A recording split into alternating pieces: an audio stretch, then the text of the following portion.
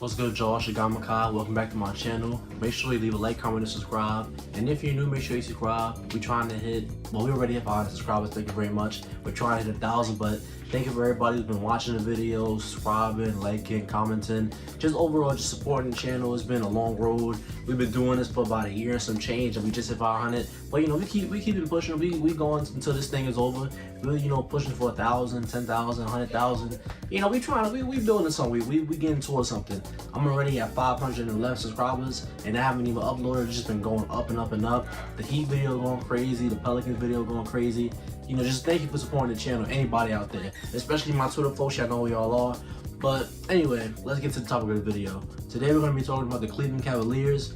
And with the Cleveland Cavaliers, I feel like they're not at the top, you know, top tier of young talent in the NBA. Like, I don't see any future superstars on that squad. But when it comes to just overall team building and overall just, you know, a multitude of young talented guys, I feel like they should be in the conversation more than they are. And I know they are small market and all that, but they got some young, you know, fun guys. And I feel like to start off, when you talk about the Cleveland Cavaliers, you have to start talking about Colin Sexton. Colin Sexton is kind of a polarizing figure for the Cavs because it seemed at times they were like, nah, we're gonna trade him. And then just recently, like, you know, a couple of days ago, I'm hearing they want to offer him a contract extension.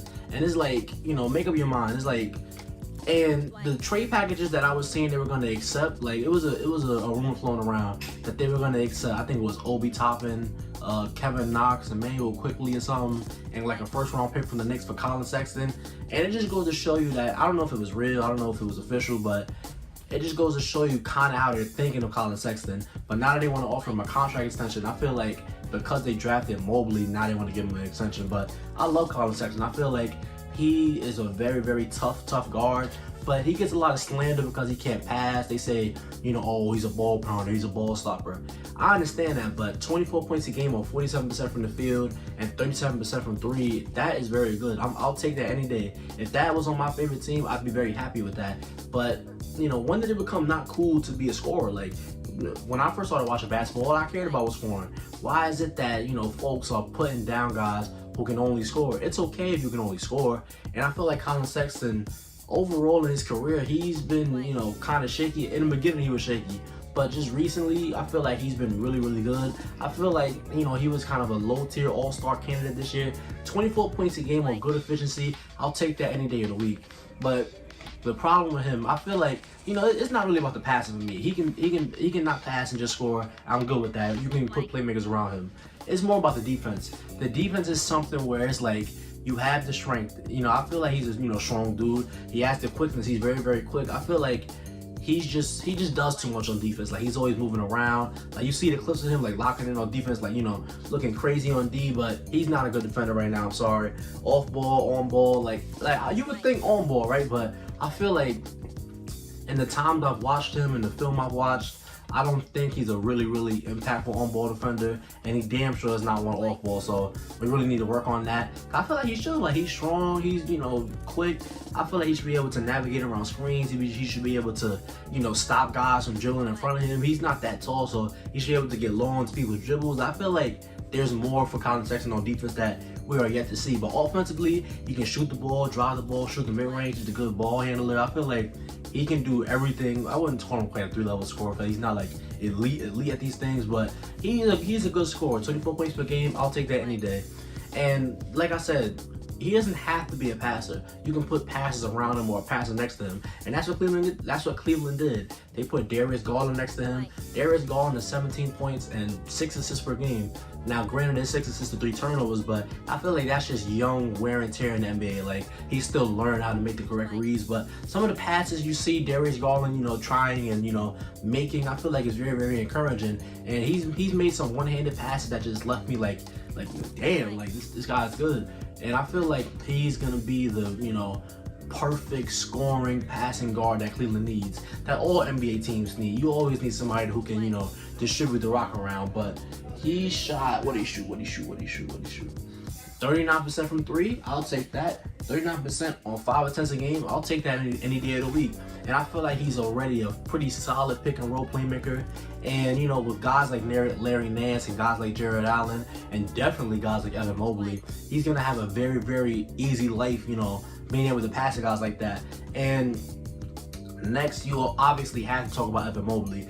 Evan Mobley is, I feel like, I wish Kevin Porter Jr. was there, because then I would feel like this rebuild is kind of complete. They got their core, you know, moving forward. But I feel like they might need another wing. If Isaac Okoro, you know, becomes something, I'm not too sure about him. But I'm not so sure about him because, you know, the scoring, it doesn't really, you know, excite me. But the defense, I think he can be something defensively. But Evan Mobley, I feel like he is a big block. And I know they were, you know, praying that he fell to them. And when it was out that Jalen Green was going number 2, I know every Cleveland executive was really happy. Evan Mobley is a really tall dude who can move like a wing. He's 7 feet tall, but he can create off the dribble. He can go on the post. He can, well, I wouldn't say he's so much like a strong post player, but he has an arsenal of offensive moves to where it's like, should he be able to do that at that size? I feel like he shouldn't be able to do that. Like, he's 7 feet dribbling. He has a great quickness, and he's a defensive monster. He's, you know, versatile on defense. He's good at protecting the rim. He can help. He can hedge. Like, I feel like he's going to be the safety of this defense. Like, you see how AD does for LA? I feel like on a lesser scale, if they use him right, he can be kind of that, you know, helping out on drives and kind of lessen lessen how bad Colin Sexton and Darius Garland are on defense. I feel like grabbing Evan Mobley is going to really help you out later down the line, you know, as a defense in the NBA. And I hope they keep Larry Nance Jr. It was reported that they wanted to trade him. Larry Nance is a versatile defender as well, but he's also a really good spot-up shooter. He's 36%. And I feel like having a great pick-and-roll vertical spacing like that is always important for an NBA team. I feel like Larry Nance Jr. was kind of a throw-in in that Cavs trade a couple years back with Isaiah Thomas, but I feel like right now he's a really valuable role player. Who else they got? Oh yeah, Kevin Love. Kevin Love needs out of there. They paid him a bunch of money, and Kevin Love, he's acting like a brat over there. I know he apologized, but that turned me off of Kevin Love, you know, forever. Kevin Love needs out. He never plays, and even when he does play, he's not really impactful like that. I feel get Kevin Love out of Cleveland. He's in the way of the young guys. We're trying to watch fun ball. We don't need Kevin Love, you know, stinking up the court. We don't need any of that.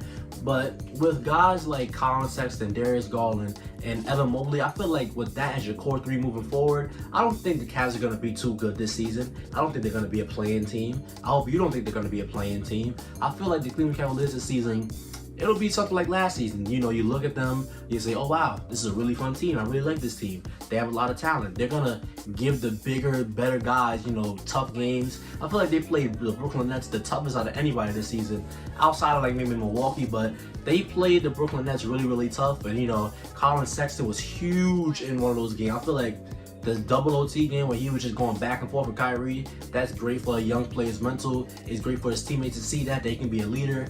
And I feel like the Cleveland Cavaliers are just a really fun squad. Lots of young talent. We're going to see what happens with Isaac Okoro. I'm not too high on him, but I hope it works out for him. But I feel like Colin Sexton, Darius Garland, Evan Mobley, I just said this, but I feel like that's a good core 3 moving forward. Maybe they add another guy in next year's draft, but I feel like they're on the right path. They're finally on the right path. They finally got a bunch of good talent together, and I'm excited to see what's going to happen. So let me know what you think about the Cavs in the comment section down below. And if you take in this video, thank you. Don't forget to like, comment, and subscribe. And I'll see you on the next one.